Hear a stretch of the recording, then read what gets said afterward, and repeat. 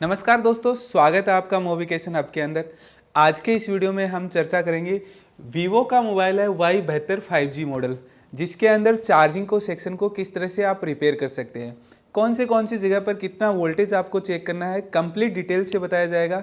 Next part भी इसका रहेगा जिसके अंदर स्केमेटिक के थ्रू भी बताएंगे आपको कि कहाँ कहाँ पर हमें चेक करना होता है। तो चलिए वीडियो को स्टार्ट करते हैं। और सबसे पहले आपको वीवो Y72 जो मॉडल है उसके अंदर जब भी आप चार्जिंग से रिलेटेड कुछ इश्यूज आ रहा हो, जैसे चार्ज नहीं हो रहा हो या फिर आपके पास में VPH जनरेट नहीं हो रहा हो, मोबाइल डेड हो, तो उस कंडीशन में हमें क्या क्या पॉइंट चेक करने हैं, कौन सी जगह पर हमें चेक करना है।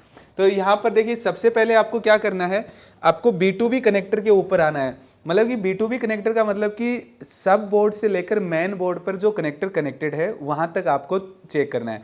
तो यहाँ पर चेक करेंगे तो यहाँ पर देखिए B2B कनेक्टर ये इस जगह है, और B2B कनेक्टर के ऊपर आप देखेंगे तो एक V बस का लाइन आपको मिलेगा, V बस के नाम से। तो V बस की लाइन के ऊपर आप चेक करेंगे तो यहाँ पर एक कैपेसिटर लगा हुआ है C200P। इस कैपेसिटर के ऊपर आपको 5 वोल्टेज चेक करना है। अगर यहाँ पर 5 वोल्टेज आ रहा है तो इसका मतलब ये समझ सकते हैं कि आपका जो सब बोर्ड में सब बोर्ड है, चार्जिंग सॉकेट है, और जो सब बोर्ड से मेन बोर्ड तक जो फ्लेक्स है वो सब कुछ ओके है। और अगर यहाँ पर 5 वोल्टेज नहीं आ रहा है तो आपको पहले सब बोर्ड रिप्लेस कर देखना है या फिर सब बोर्ड पर 5 वोल्टेज चेक करना है, और उसके बाद में जो सब बोर्ड से लेकर मेन बोर्ड तक जो फ्लेक्स कनेक्टेड है वो चेक करना है। तो वो चेक करने के बाद में आप देखेंगे तो यहाँ पर 5 वोल्टेज आपको शो करेगा। अगर यहाँ पर 5 वोल्टेज आया तो इस वाली जो वीबस का लाइन है, इस वाले मॉडल के अंदर OVP IC यूज नहीं किया गया है। तो आप क्या करेंगे, डायरेक्टली पूरा जैसे हम लोग फॉलो करेंगे इसको, तो फॉलो करेंगे तो यहाँ पर OVP नहीं है तो सीधा हमारे पास में चार्जिंग IC है, इस IC के अंदर ये वोल्टेज आएगा। तो यहाँ पर आपको क्या करना है, देखो U11P के नाम से ये IC है। तो इस IC के ऊपर आप देखेंगे तो VBus इनपुट होगा, और VBus इनपुट होने के बाद में इस IC पर वोल्टेज आया है या नहीं आया ये आपको चेक करना हो तो यहाँ पर एक कैपेसिटर है, आप बिटमैप के अंदर सर्च करना C206P। C206P ये वाले कैपेसिटर के ऊपर आपको 5 वोल्टेज चेक करने हैं।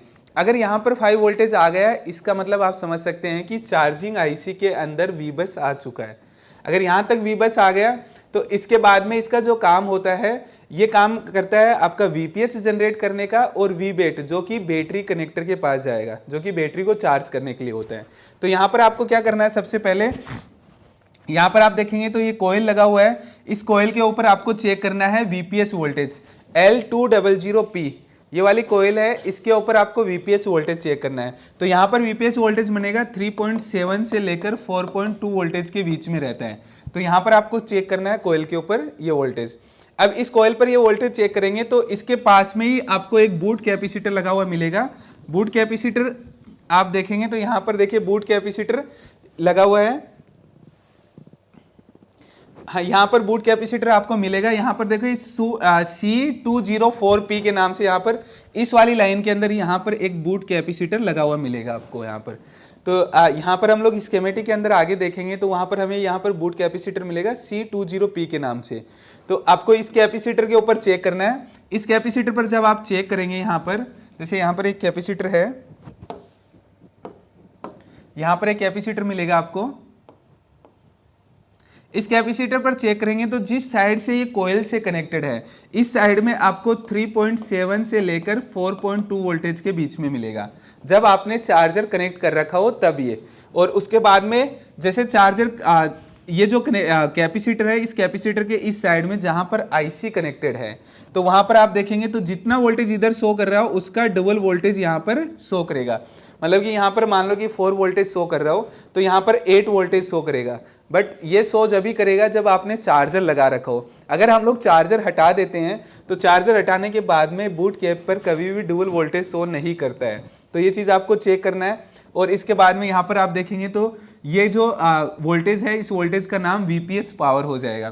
तो VPH पावर का मतलब कि पूरे सिस्टम के अंदर ये वोल्टेज जाता है, मतलब कि जहाँ जहाँ पर इसका रिक्वायरमेंट है वहाँ पर ये वोल्टेज जाएगा।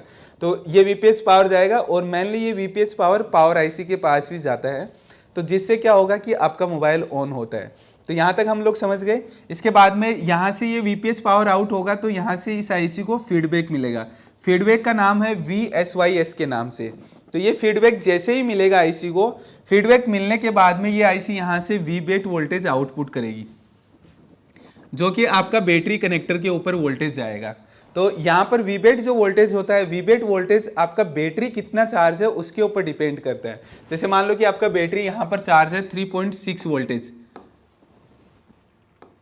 3.6 वोल्टेज अगर बैटरी चार्ज है, तो इस वाली लाइन के अंदर आप चेक करेंगे तो इस लाइन के अंदर यहाँ पर देखेंगे कैपेसिटर लगा हुआ है, C20P के नाम से कैपेसिटर है। तो इस कैपेसिटर पर आप चेक करेंगे तो अगर बैटरी के अंदर 3.6 वोल्टेज है तो यहाँ पर लगभग 3.7 या फिर 3.8 वोल्टेज यहाँ पर शो करेगा आपको। जैसे ही बैटरी चार्ज होगा उसके अकॉर्डिंग यहाँ पर वोल्टेज बढ़ता जाएगा और मैक्सिमम वोल्टेज यहाँ पर 4.2 वोल्टेज तक शो करता है। तो ये कंप्लीट आपको चेक करना है पूरा। इसके अलावा यहाँ पर अगर चार्जिंग में कुछ एरर आते हैं आपके पास में, तो आप यहाँ पर CC1 और CC2 के नाम से एक लाइन है, यहाँ पर CC1 और CC2, यहाँ पर कुछ रजिस्टर लगे हुए हैं। इस रजिस्टर की आपको वैल्यू चेक करनी है। ये जो वैल्यू आ रही है यहाँ पर GR value check, sorry ohms range में आपको रजिस्टर का वैल्यू चेक करना है। ये वैल्यू अगर ओके है या फिर रजिस्टर सही है तो आपके पास कोई प्रॉब्लम नहीं आएगा। अदरवाइज अगर ये रजिस्टर खराब रहा तो भी आपका चार्जिंग में इश्यू आएगा। इसके अलावा यहाँ पर हम लोग देखेंगे तो एक लाइन यहाँ पर चार्ज VPP के नाम से है और एक लाइन यहाँ पर आप देखेंगे कि एक रजिस्टर से कनेक्ट की गई है जिसका रजिस्टर का नंबर है R20P। तो ये वाली लाइन जो होती है, ये लाइन इस आईसी को एक्टिव करती है, मतलब कि इनेबल देने का काम करती है। तो अगर ये रजिस्टर भी यहाँ से हटा हुआ मिला, ग्राउंड से कनेक्ट नहीं मिला, तब भी आपका ये चार्जिंग आईसी पूरा वर्क नहीं करेगा। तो आपको ओवरऑल ये सारी लाइनें चेक करनी है जब आप रिपेयर कर रहे हैं Vivo Y बेहतर 5G मॉडल के अंदर। तो आपको कंप्लीटली ये समझ में आया। अब आपको अगर आपके पास में मोबाइल के अंदर कुछ ऐसे इश्यूज आते हैं, जैसे आपका जो बैटरी है, बैटरी चार्ज नहीं हो रहा हो, या फिर बैटरी जैसे फेक चार्जिंग शो कर रहा हो, या फिर हो सकता है कि बैटरी के अंदर बैटरी का हेल्थ वगैरह नहीं शो कर रहा हो, तो यहाँ पर आप देखेंगे तो एक बैट सेंस का लाइन है, ये वाला सेंस का लाइन भी चेक करना जरूरी है। अदरवाइज अगर ये लाइन भी मिसिंग रहा तो भी क्या है कि आपका बैटरी चार्ज नहीं होगा, उससे भी रिलेटेड ये प्रॉब्लम आती है।